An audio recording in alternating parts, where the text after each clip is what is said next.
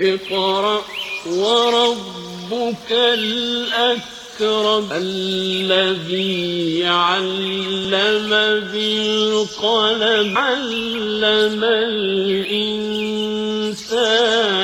ما لم يعلم۔ بھٹکل مسلم جماعت دبئی نے سجائی عید ملن کی خوبصورت تقریب، کثیر تعداد میں احباب بھٹکل کی شرکت۔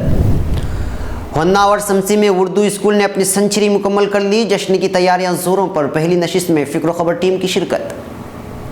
ریاست تمل ناڈو میں شدید بارشوں کے باعث 55 افراد ہلاک، ٹرینوں کی آمد و رفت و ٹریفک معطل، بجلی کا نظام درہم برہم۔ لندن میں نریندر مودی کے خلاف ہزاروں مظاہرین کا احتجاج، مودی تم کہیں چھپ نہیں سکتے، تم نے نسل کشی کی ہے جیسے نعرے لگائے گئے۔ خوشبوؤں کے شہر پیرس میں ایک کے بعد دیگر 7 حملے، کم از کم 180 افراد ہلاک، سینکڑوں زخمی۔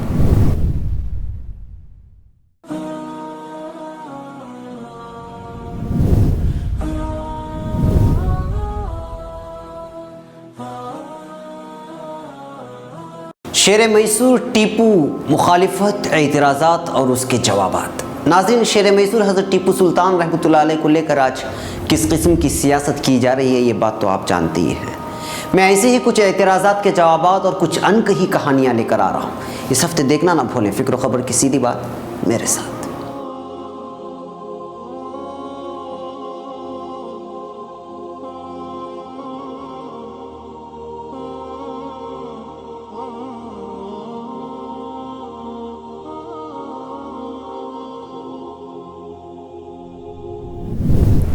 ناظرین، اب خبریں ہیں تفصیل سے۔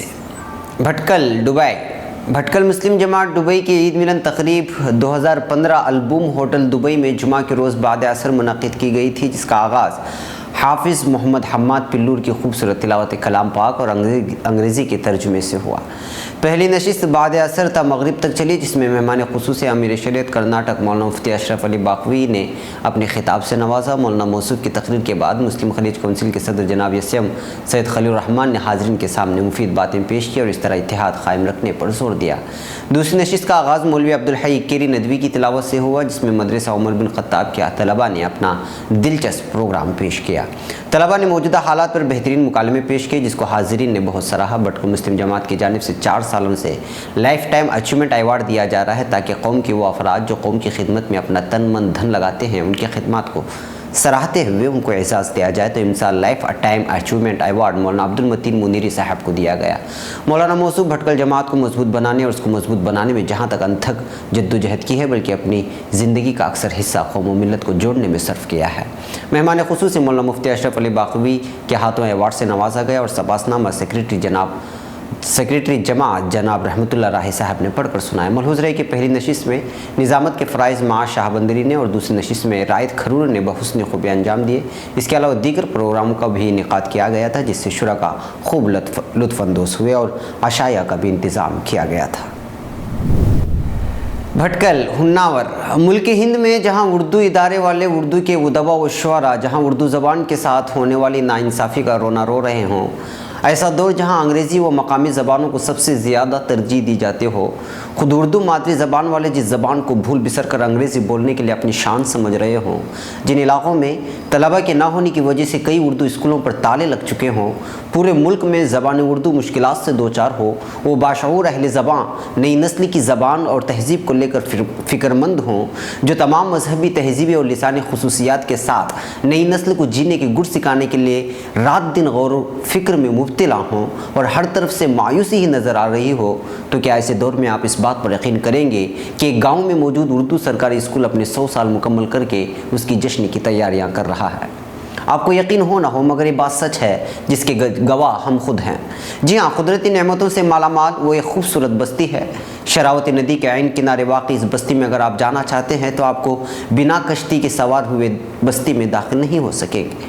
ریاست کرناٹک کے اترا کنڑا یعنی کارواڑ ضلع میں واقع اس بستی کا نام شاید ہی کوئی جانتا ہو، مگر جی ہاں، یہاں کا ایک اردو اسکول اپنے 100 سال کے کامیاب سفر کی تکمیل کے بعد اپنے بیتے دنوں کو اور گزرتے ایام کو یاد کرنے کے لیے ایک مجلس سجانے کا ارادہ کر چکی ہے۔ بنگلور سے منگلور پہنچنے کے بعد آپ کو مشہور و معروف شہر بھٹکل سے گزرتے ہوئے اہم شاہراہ پر کارواڑ و گوا کے راستے پر ایک شہر ملے گا جس کا نام ہے ہوناور۔ یہ وہی علاقہ ہے جس کو ابن بطوطہ نے اپنے سفرنامے میں ہنور کے نام سے یاد کیا ہے۔ اس موقع پر علاقہ بھٹکل اور ہناور اس کے ساتھ لگی بستیاں ہنور کے نام سے ہی پہچانی جاتی تھی، جہاں کی دینداری اور مدرسوں کا تذکرہ ابن بطوطہ اپنے سفرنامے میں کیا ہے۔ جب آپ ہناور پہنچیں گے تو یہاں سے آپ کو اندر سے ملناڈ یعنی بین الاقوامی شہرت یافتہ آبشار جوگ فالس اور ساگر و شموگا جانے کا ایک راستہ ملے گا۔ اس راستے سے آپ گزرے تو بس 20 سے 25 کلومیٹر کی دوری پر آپ کو اپرنی نامی ایک گاؤں ملے گا۔ آپ کو سمسی جانے کے لیے اسی گاؤں میں رک کر ہناور میں سمندر کی لہروں کو چھو کر نکلنے والی شراوتی ندی جو یہاں سے گزرتے ہوئے گیرسپا اور جوگ فالس اور لنگنمک کی ڈیم کو جا کر ملتی ہے، اس ندی کو کشتی کے ذریعے پار کرنا ہوگا۔ جب آپ اس ندی کو پار کریں گے تو آپ کو الگ ہی قسم کے گاؤں نظر آئیں گے۔ قدرتی نعمتوں سے مالا مال ایک طرف پہاڑوں کا نہ تھمنے والا سلسلہ ہے تو دوسری جانب ناریل سپاری کے باغات کے پہلو میں سوئی ہوئی یہ بستیاں ملناڈ کی خوشگوار ہوا اور پھر بحر عرب کے موجوں سے اٹھنے والی گرم فضا کو لے کر ایک عجیب ہی پرلطف منظر کا آپ کو سیر کرائیں گی۔ اور آپ جب اہم شاہراہ سے گزرتے ہوئے آپ کو محسوس ہوگا کہ راستے کے دونوں جانب صرف جنگلات ہیں، جبکہ حقیقت یہ ہے کہ شراوتی کے جنوب میں عین اس کے دامن میں ایسی کئی ساری بستیاں ہیں جو اپنے الگ ہی تاریخ کی کہانیاں سنا رہی ہیں۔ انہی بستیوں میں سے ایک بستی کا نام ہے سمسی، جہاں سینکڑوں کی تعداد میں مسلمان آباد ہیں۔ یہاں کے لوگوں کے پیشے کے سلسلے میں گفتگو کیا جائے تو یہاں کے لوگ باغبانی سے زیادہ جڑے ہوئے ہیں، اور پھر کرناٹک کے ساحلی علاقے اور بالخصوص منگلور سے کارواڑ کے درمیان آنے والی بستیوں کے مسلمان اکثر خلیجی ممالک میں روزگاری کے لیے زیادہ ترجیح دیتے ہیں۔ ایسے میں سرکاری اسکول میں پڑھ کر ڈگریاں حاصل کر کے اگر سرکاری نوکریوں میں مسلمان اپنا نام درج کراتے ہیں تو واقعی ایک اچنبھے کی چیز ہے، مگر اس سمسی نامی چھوٹی سی بستی کے سرکاری اسکول میں استفادہ کرنے والے افراد کی تعداد اور پھر فارغ ہو کر سرکاری نوکری میں ان کی شمولیت دیکھ کر یقین کرنا بڑا مشکل ہو جاتا ہے۔ بہرکیف سمسی کے اردو سرکاری اسکول آئندہ ماہ 7 سالہ جشن کی تیاریوں کے لیے پہلی مجلس سجائے تو ہم بھی اس کے گواہ بنے اور بلا تکلف ہم اس ذمہ داری کو قبول کیا کہ ہم بھی آپ کا تعاون کریں گے۔ اس موقع پر ڈاکٹر اسماعیل تلکنی جو اس اسکول اور گاؤں کے ذمہ داران میں سے ہیں، انہوں نے سب گاؤں والوں سے اور اردو کے متوالوں سے اپیل کی کہ جہاں بھی رہیں اس کی کامیابی کے لیے ضرور دعا کریں۔ ہم جلسے کی انعقاد کے ساتھ ملک ہند کی سرکاروں کو بس یہ پیغام دینا چاہتے ہیں کہ اردو آج بھی زندہ ہے اور نئی نسل اس کو لے کر چلنے کی ذمہ داری بھی قبول کرتی ہے۔ السلام علیکم ورحمۃ اللہ وبرکاتہ۔ بڑی خوشی محسوس ہو رہی ہے کیونکہ فکر و خبر کے لوگ ہمارے ساتھ مل جل کے اس کام میں ہاتھ بٹھا رہے ہیں۔ اسکول کا اردو اسکول کا ایک ہائر پرائمری اردو اسکول کا ایک جشن منانے کے لیے ہم سب یہاں پہ جمع ہوئے ہیں۔ انشاءاللہ دسمبر 20 تاریخ کو جشن منانے کو طے کیا گیا ہے۔ اس کی زور شوروں سے تیاری چل رہی ہے اور گاؤں کے باشندے اور بحرون میں جو رہنے والے باہر کے ملکوں میں رہنے والے جیسے کہ سعودی، دبئی، مسقط وغیرہ رہنے والے بھی ہمارے ساتھ کافی تعاون کر رہے ہیں۔ ہمارا ارادہ ہے کہ اس جشن کو ایک اعلیٰ پیمانے پہ بنانے کا ایک ارادہ ہے۔ ہم یہاں پہ سیکھے ہوئے طالبہ ان کی کانٹیکٹ کر چکے ہیں۔